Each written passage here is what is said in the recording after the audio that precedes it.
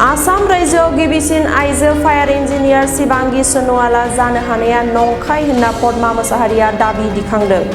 बावैसो सान सिगां गोबां खौरां बिजों समाज बिजोंफोराव आसाम एबा सा सानजा भारतनि गिबिसिन आइजो तिनिसुकिया जिल्ला दांगिरि गामिनि शिबांगी सोनोवाला नागपुरनि मानगोनां नेशनेल फायार सार्भिस कलेजनिफ्राय बिटेकआव फायार इन्जिनियार जानो हादों होननाया नंखाय होनना दाबि दिखांदों चिरां जिल्ला बेंटल गेट समायना नगरनि धनुराम मोसाहारि आरो दालि मोसाहारिनि फिसाजो पद्मा मोसाहारिया। मानोना आसामाव गिबिसिन आइजो बिटेकनि फायार इन्जिनियारखौ आं जानो हादों राजीव गान्धी फौदगिरि Vidya Vidyalaya Bhopal university of technology of Madhya प्रदेशनिफ्राय 2023 मायथाइयावनो होनना दाबि खालामो आरो आं दा दुलियाजानि वेल इन्डियान लिमिटेडआव सिनियर फायार इन्जिनियारनि खामानि मावगासिनो होनना फोरमायदों खौरां बिजोंनि गेजेरजों।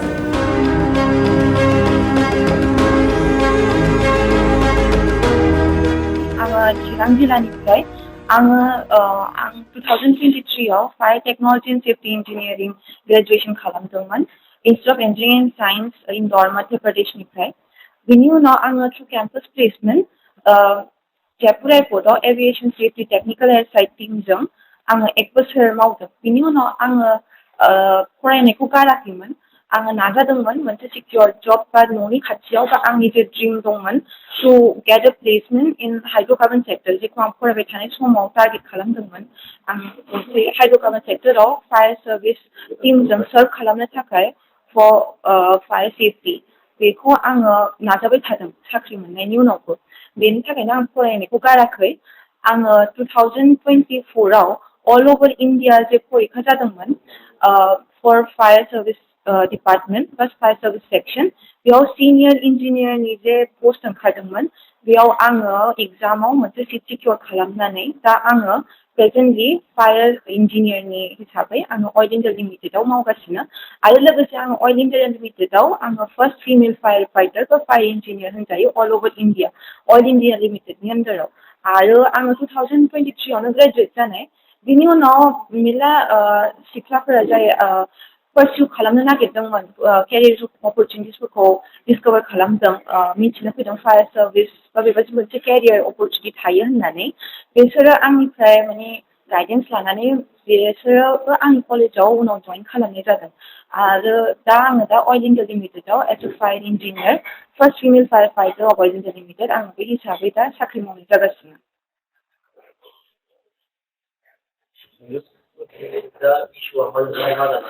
दा इस्युआ बे जादों कि दा रिसेन्ट इयार 2026 आव सासे सिख्ला शिबांगी सोनोवाल होननाय बेयो एनएफएसि नागपुर जायखि होम मिनिस्ट्रिनि आन्दारनि मोनसे प्रिमियार कलेज बेनिफ्राय फायार इन्जिनियारिं डिग्री लानानै फैदों। दा फार्स्टआव बे जादों कि बे सीएमनि जे अफिसियेल हेन्डल्स बा पर्टेल्स दङ बेयाव हेडलाइना ओंखारदोंमोन Shivangi Sonowal as first fire fighter बा फायर इन्जिनियर फ्रम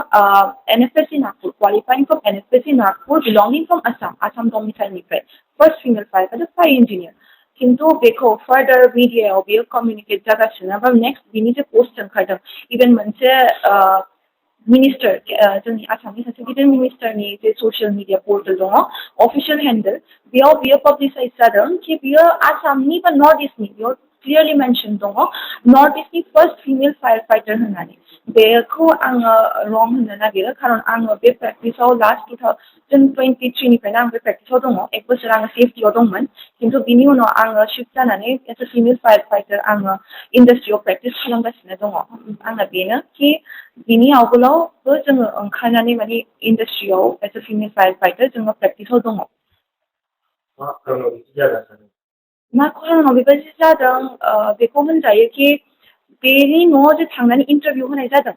बेयो इन्टारभिउआव एनएफएसि नागपुर बेखौ मेनसन खालामनाय जादों first female fire fighter from NFSC Nagpur qualify खालामनाय होननानै आसामनिफ्राय किन्तु बेनि जे हेडलाइन्सफ्रा होनाय जादों जेखौखि मानसिफ्रा मेनलि फरायो जेखि पाब्लिसाइज जायो हेडलाइन्स मेनलि बेयाव बिसोरो मेनसन खालामदों कि एनएफएसि नागपुर नङा बिसोरो मेनसन खालामदों फ्रम आसाम आरो of course official handles ministersफोरनि बेखौ must following थायो बिसोरनि handlesआव बेयाव officially ओंखारनाय माने बयबो फरायो बेयो मा खालामगासिनो मोनसे मिसकमिउनिकेसन खालामगासिनो कि आसामनिफ्राय आवगोलाव रावबो फिमेल फायार फाइटार ओंखाराखै होननानै आं आवगोलाव ओंखारग्रोनाय आरो बिनि उनाव आङो मेरला हिन्जावफोरखौ गाइड खालामदों आंनि कलेजनिफ्रायनो बा बेलेग गुबुन कलेजनिफ्रायनो आङो सिनायनाय सानै साथामसो हिन्जाव दङ जाय बिनिफ्राय आवगोलाव ग्रेजुवेट जानाय दङ बिसोर आंनि टाचावबो दङ आरो बिसोर इन्डास्ट्रि प्रेक्टिसाव दिनै फैबाय टाटा बेबायदि जिन्दल स्टिल बेफोरजों मावनाय दङ दा आरो आं दा एट प्रेजेन्ट आंनो निजे 2 बोसोर जाबाय कमप्लिट जाबाय आङो अइल इन्डिया लिमिटेडआव मावगासिनो आरो जोङो बेयाव नट अनलि इन्डास्ट्रियेल फायार बा इमारजेन्सि बा एक्सप्ल'जन हेन्डेल खालामो जोङो लोगोसे जोङो पाब्लिक फायारबो हेन्डेल खालामो फर पाब्लिक सार्भिस जोङो बेयाव मानि लक सोरबानि पाब्लिक एरियायाव माबा हाजार्ड जादों माबा मोनसे अराउन्ड लाइक सेफ्टि हाजार्ड ओंखारदों फायर रिलेटेड बा एक्सप्ल'जन माबा मोनसे बेबायदि केस जादों एगजाम्पल जोंनि खारसांनि ब्ल'आव जेखि 1 मास सोलिदोंमोन बेयावबो जोङो लागिनानै दंमोन आङो आंनि मेल कलिग जेखि फायार डिपार्टमेन्टआ मोनसे मेल डमिनेन्ट डिपार्टमेन्ट जों फरायनायावबो जेरै जों फरायगासिनोमोन बियो बिराद प्रिभिलेन्टमोन it was very visible to me बियो मोनसे मेल डमिनेन्ट डिपार्टमेन्ट बाट जोङो फिमेल जे आंनि कलिग्स दङ बा आं जोङो बेखिनि बोसोराव शोल्डार टु शोल्डार जोंनि मेल कलिग्सफोरजों मेरला फायार इन्सिडेन्ट्स वगैरह प्रेक्टिसाव हेन्डेल खालामबोनाय दङ बेनो आंना स्टेटमेन्टआ कि शिबांगि सनवाला आसामनि बा नर्थ इस्टनि फार्स्ट फिमेल फायार फाइटार बा फायार इन्जिनियार नङा बिनि आवगोलबो गुबुन हिन्जावफोर ओंखारबोदों आंनो निजे 2023 आव ग्रेजुवेट जाबोदों दा बिथांनि बेबायदि माखासे दं इनफरमेसन सोंखांनायनि खेत्रआव नोंथांनि पार्सनेलि माबा मोनसे क्रिएट जादों आंनि पार्सनेलि जों बयबो मिथिगौ दानि दिनाव सोरबा जुदि माबा मोनसे सार्च खालामनोबा मा खालामो बे माबाया गुगोल खालामो राइट दा गुगोलनि सार्च इन्जिना हाउ माने ट्रिगार माबोरै बियो वर्क खालामो नोंना जे हेडलाइन्स थागोन मागोन बिनिफ्राय बेयाव मोनसे जेस्ट बहनगोन आरो नोंनो रिजाल्टेन्ट होगोन personality' it will give me a career impact and those who graduated आवगोलाव graduate जादोंमोन खारन बियो मोनसे टेगलाइन थाबाय कि बियो एन्टायर नर्थ इस्ट बा आसामनि फार्स्ट होननानै केरियर इम्पेक्ट बयबो जोङो हार्डवर्क खालामदों जोङो आवगोलाव नट अनलि हार्डवर्क जोङो फरायनायाव हार्डवर्क प्लास जोङो इन्डास्ट्रि प्रेक्टिसावबो मेरला माने बेबायदि because fire fighting is what नों बेयाव नोंनि लाइफखौ केयार खालामा you are just jumping off in a hazard नोङो बेयाव मा खालामगासिनो नोङो सामनेवालानि केयार खालामदों नोङो बेयाव नोंनि बेनिफिटनि थाखाय माबाया नोङो इरेसपेक्टिभ अफ इयर सेफ्टि नोङो सार्भ खालामगासिनो टुवर्ड्स पाब्लिक आरो नोंनि जेराव नोङो माने अर्गेनाइजेसनाव प्रेक्टिस खालामगासिनो स' अल दोज हार्डवर्क बे बोसोर बोसोर हार्डवर्क खालामनाया बियो मोनसे नल जागोन आरो प्लास बियो मोनसे रं इनफरमेसन पाब्लिकनि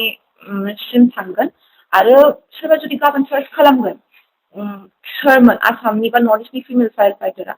बे जि पोस्ट दङ बे जि हेडलाइन्स दङ निउज मिडियानि जे हेडलाइन्स दङ बेफोरो बे सार्चखौ मा खालामगोन माने इम्पेक्ट खालामगोन देन पिपल विल हेभ दिस रं आइडियोलॉजी कि आसामनि फार्स्ट फिमेल फायार फाइटारा शिबांगि सनवालमोन so that wrong media communication but publicity I am not supporting that so फोसावैनि जाहोना बेनो कि आङो जेला आङो सेफ्टियावमोन खारन सेफ्टियाबो फायारनि मोनसे पार्ट आंना अलवेज आंना मोनसे ड्रिममोन कि आङो फायार सार्भिस बिकज आंनि फादाराबो फायार सार्भिसावनो मावबोनाय आंना अलवेज मोनसे टारगेटमोन कि आङो फायार सार्भिसखौनो सार्भ खालामनो फर ससियेल कज आङो हेला सेफ्टियाव होजादोंमोन आङो केम्पास प्लेसमेन्टआव आङो एभिएसन सेफ्टि जेखि आंनि ड्रिम जब नङामोन बा आंनि ड्रिम केरियर नङामोन बेयाव आं थांनानै दं खिन्थु कम्पानिनि पलिसिया बे जायो कि जोङो 1 इयार नङाबा जेरावबो ओंखारनो हाया बेखायनो आङो 1 इयारनि उनावसो आङो फार्स्ट एग्जाम होदों आरो बेयावनो अल अभार इन्डियानि एग्जामाव आङो मोनसे सिट बेक खालामनानै आं बेयाव फैफिनदों बेयो आंनि ड्रिम केरियरमोन आं बेखौ मोनबाय दा आंना बे टाइमाव जेला आङो ग्रेजुवेट जादों आं बेफोराव माने बारा फोसावसारनायाव बारा माने इन्टेन्सिफाइ खालामाखै खारन हेला आंना टारगेटआ बेनोमोन कि आं माबोरै मोनसे बेबायदि आंनि ड्रिम केरियर जेराव आंखि फायार सार्भिसनि थ्रुयै पाब्लिक सार्भिस होनो हायो बेखौ आं माबोरै सिकिउर खालामनो हायो बेखायनो आं बारा बेफोराव ओंखारसावाखैमोन आरो आं बेबायदि कि आं बारा पाब्लिसाइज खालामनायाव माने माबाया आङो खालि बेमोन कि आङो